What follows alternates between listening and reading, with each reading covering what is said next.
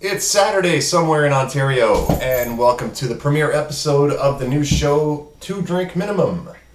I'm your host, Dave. My co-host, The Pirate, is not here currently. He will be probably in some upcoming episode. But we're going to get things kicked off here with the new show. So, what the show is going to be about is video reviews, movie reviews, DVDs, Blu-rays, collectibles, video games, pop culture, just shit going on in Hollywood, shit going on around the world that just needs talking about. So let's get this kicked off. We're going to start off with a movie review. The movie I'm going to review was the new Fantastic Four. And was it fantastic? Fuck no, it was not. It was anything but fantastic. This movie, ever since they first announced it, I have been really on the fence about. The first synopsis I read for it was online months back, and the synopsis started off saying that Reed Richards was a genius working in a convenience store with his buddy Ben Grimm, and I was like, right away, I was like, what the serious fuck is this? Then they got even better. It was Victor Domashev is an Eastern European hacker who goes by the codename Doom. And that actually sounds better now than what actually wound up on screen. Obviously, you guys have seen the reviews. Rotten Tomatoes / Flickster is just crucifying this thing on a fork. It's at 8% the last I checked for critic reviews. It really was that bad. It's kind of disappointing too because I had high hopes for this movie. When I started watching it, I was like, I knew from the get-go not to expect much, so I went in there with like expectation level, if even that. It started off, it was promising. It started off with Ben and Reed Richards as little kids, circa 2007, I guess it would be, because it started off really good. They built up the friendship between these two kids, and then transposed it to them being like, I think 18 years old now. They get recruited by Franklin Storm to build this interdimensional teleportation device. So it was a lot of build up, a lot of them building the machine. They introduced Johnny Storm, Michael B. Jordan. Fanboys freaked out. Oh my god, you can't have a black Human Torch. Like, why the fuck not? Like, come on, people. There's bigger problems in this world to deal with today than whether or not a comic book character is the same as the one drawn on the page. Kate Mara as Invisible Woman, Jamie Bell from Billy Elliot as The Thing, and Miles Teller from Whiplash as Reed Richards, Toby Kebbell as Dr. Doom. So it started off promising. I mean, I was getting into it. There was a new twist to how things were happening. And like they go off, they build their machine, they teleport to Planet Zero or whatever they called it, and big accident, they all get their powers. And I'm like, okay, this is going good. And then for some ungodly reason, right as they get their powers, it just pops up going 1 year later. And it's like, well wait a minute. Like, half the fun of these origin movies is seeing how they learn to use their powers. Like, suddenly you just skip all of that and then jump to 1 year later where they reintroduce Dr. Doom, who's been hanging out in this Planet Zero friggin' alternate dimension for like a year, I guess. Comes back, all of a sudden he's able to blow people's heads up by just looking at them like some freakish power, and decides that I like my old place where I'm hanging out in this alternate dimension. To keep it going, I'm going to destroy the Earth. It's like, okay, not much motivation there. The costume for Dr. Doom was fucking awful. Just all sorts of bad in the last 30 minutes of this movie. Like, it's baffling that they can't get this shit right. They tried in 2005. The sequel to the old one came out in 2007, 2008. They weren't terrible movies. They were very tongue-in-cheek, very, but, yeah, I mean, they made better box office than this piece of shit. which is shocking in this day and age. I mean, I think it's literally gotten to the point now where we've been spoiled with the superhero movies. I mean, we've gotten so many really good movies over the past, 7 years that I don't know. I wouldn't call it burnout because then like all the comic book movies across the board would be tanking. But you know, it could be our expectations are too high. I mean, like I said, I went into this movie with zero expectations, so it's amazing that it was like the Toronto Maple Leafs, just a freight train off the tracks into the gully. Every single bit of goodwill that this movie garnered in the first half hour, that I was like sitting there going, okay, yeah, this is something different. They're finally trying a different take with the Fantastic Four. The last 30 minutes, pissed right all over that. Like, fuck, it was just a nightmare. By the end of the movie, I was like, that was it. Like, you reintroduced Doctor Doom into a 100-minute movie at the 75-minute mark, and then you wipe him out by the end of the movie in what was probably the lamest, shortest, if you can call it an action scene, in recent memory. Yeah. I mean, I heard all the rumors about Josh Trank, the director who directed Chronicle, apparently being a real piece of shit on the set. Showing up drunk, showing up high, just like screwing the movie over from get to go. He apparently showed up one day and was so mean to Kate Mara, he made her cry. And the minute the movie came out, he jumps on Twitter and he's like, "Oh, I had a fantastic vision for this movie, but Fox basically screwed the pooch on it, and this is what we got." So at the same time, Fox is sitting there saying, "Well, this guy's a loose cannon. We had to fire him from the Boba Fett anthology movie that we were gonna make." He trashed his house they rented for him in Louisiana, apparently. Just all sorts of really, like, he said, she said bullshit going on.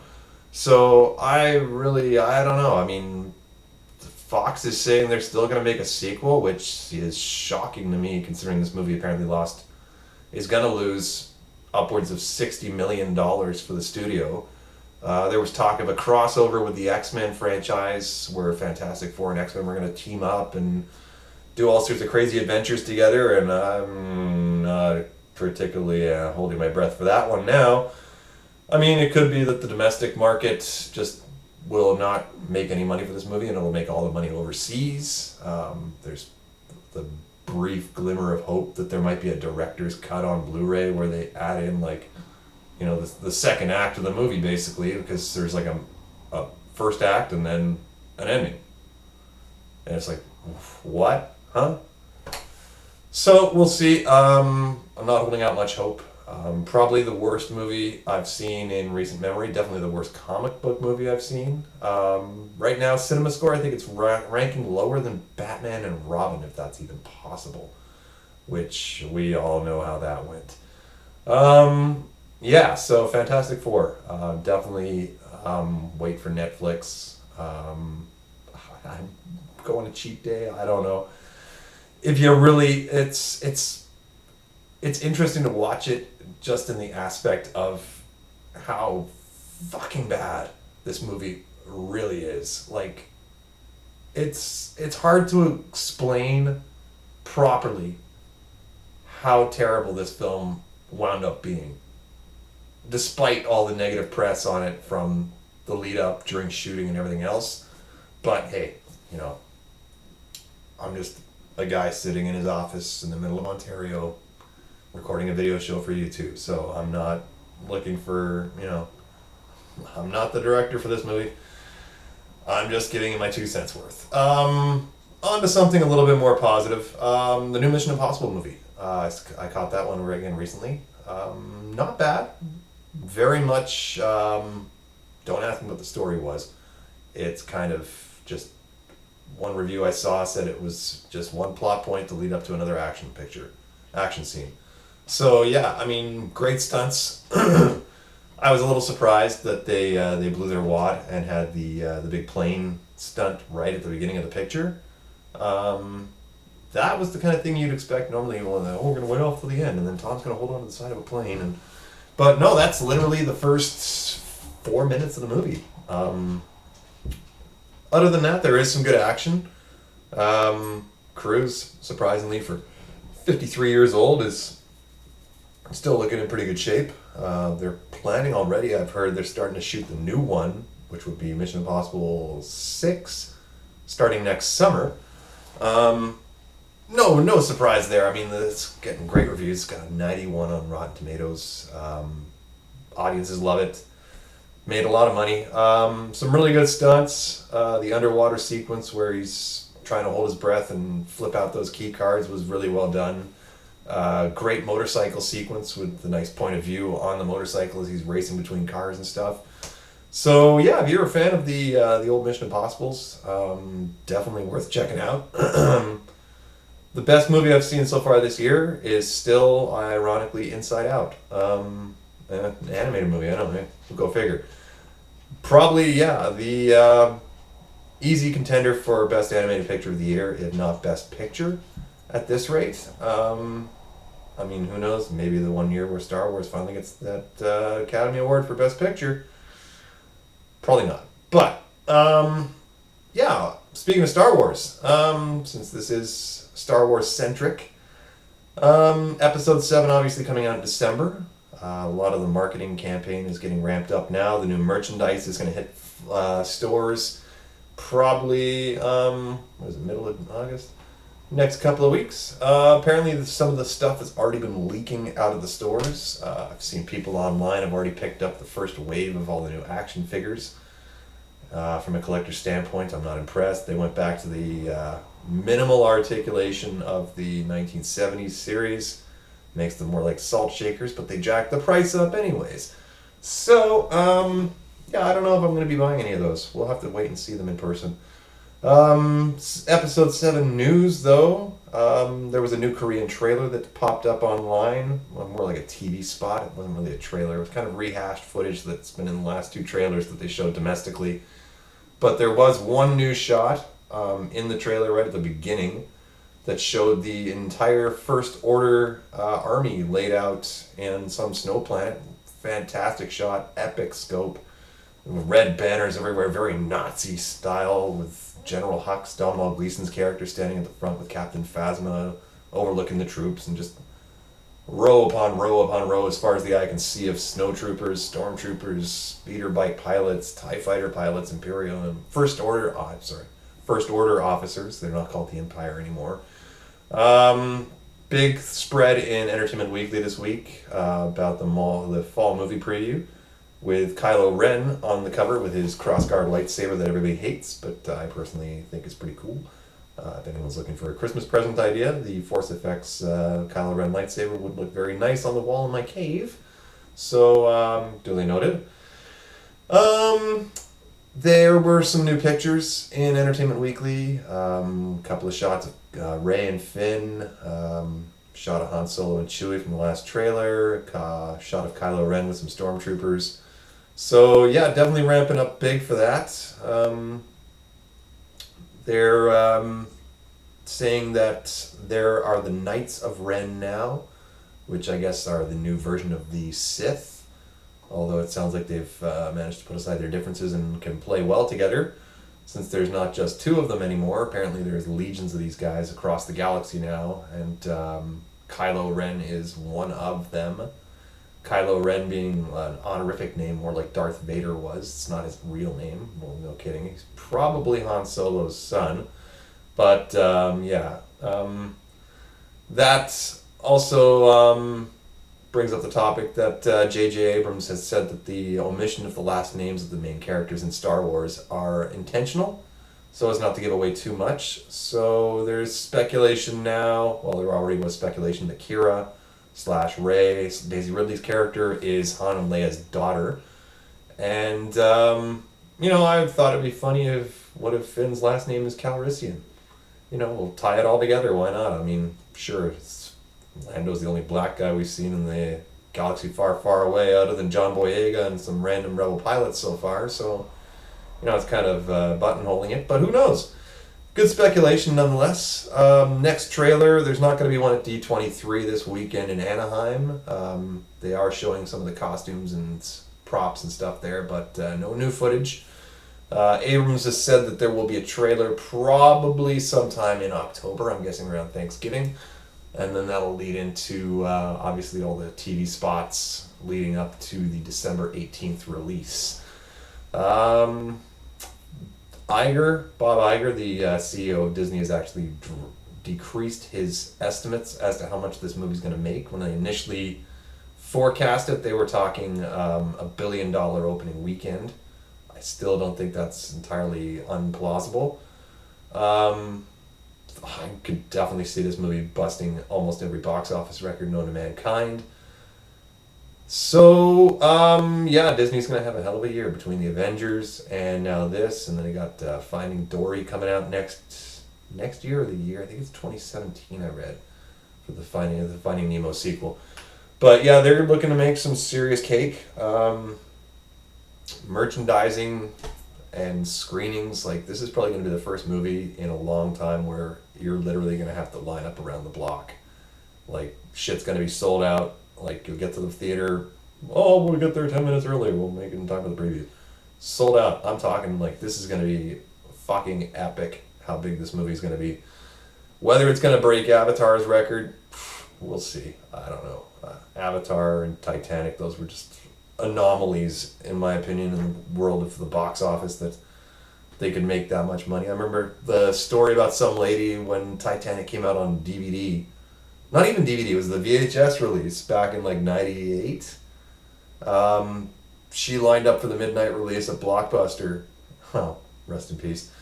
And someone interviewed her on the news and they were like, well, how many times have you seen this movie? She was like 52 times in the theaters. I did the math, I'm like, you spent like, oh my god, like, fuck.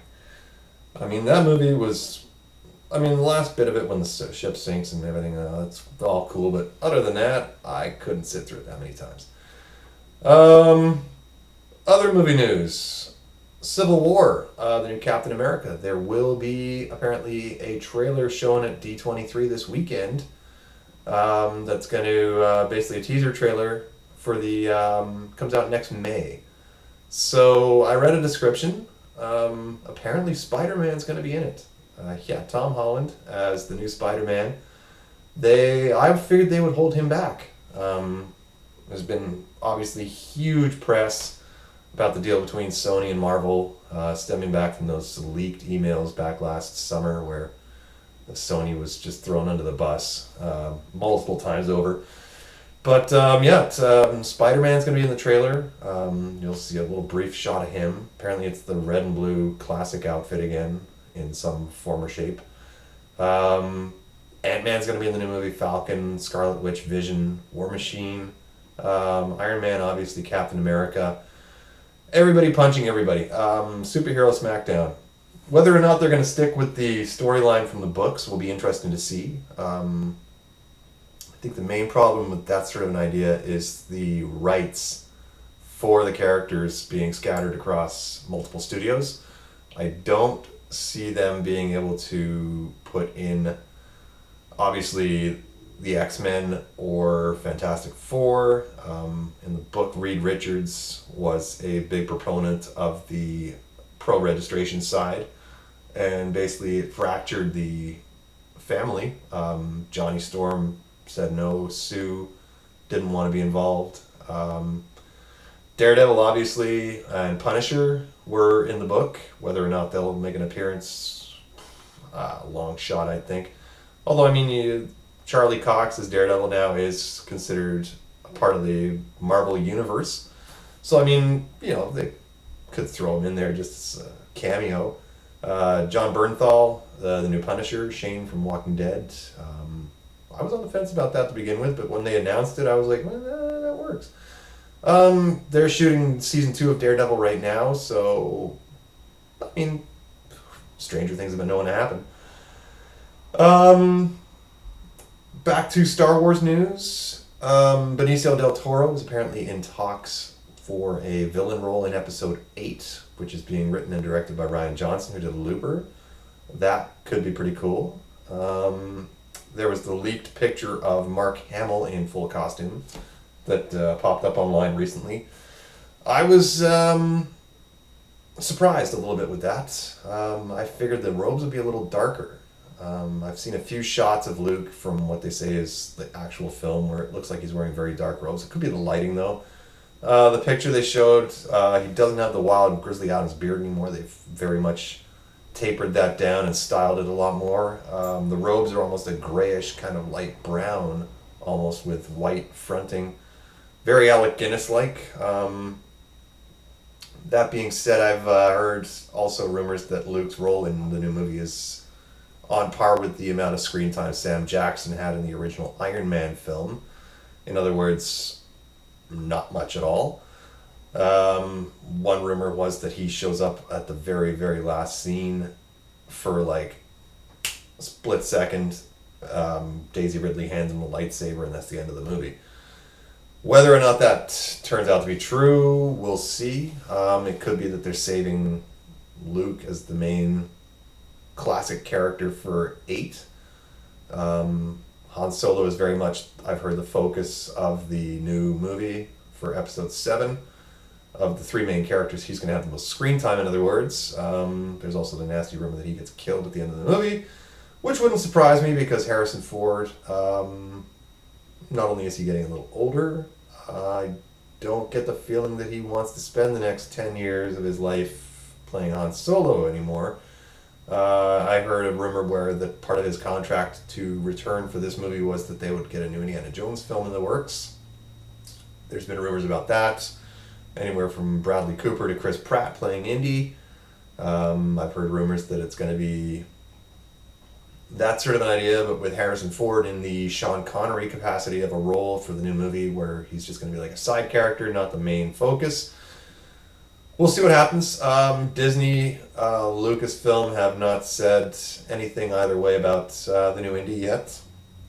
They say they are working on it, but there's nothing solid story-wise, script-wise, casting-wise, or anything at the moment. I guess they're focusing all their efforts on, obviously, Star Wars.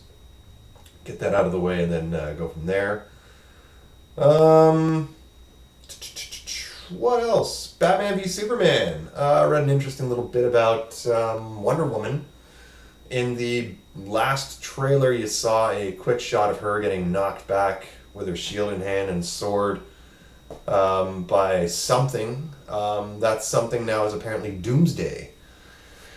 Yes, apparently they are adding Doomsday as the villain in the new movie, which seems like they're rushing it a little bit. I don't know, like obviously anyone who's read the books knows that Doomsday is the one who kills Superman.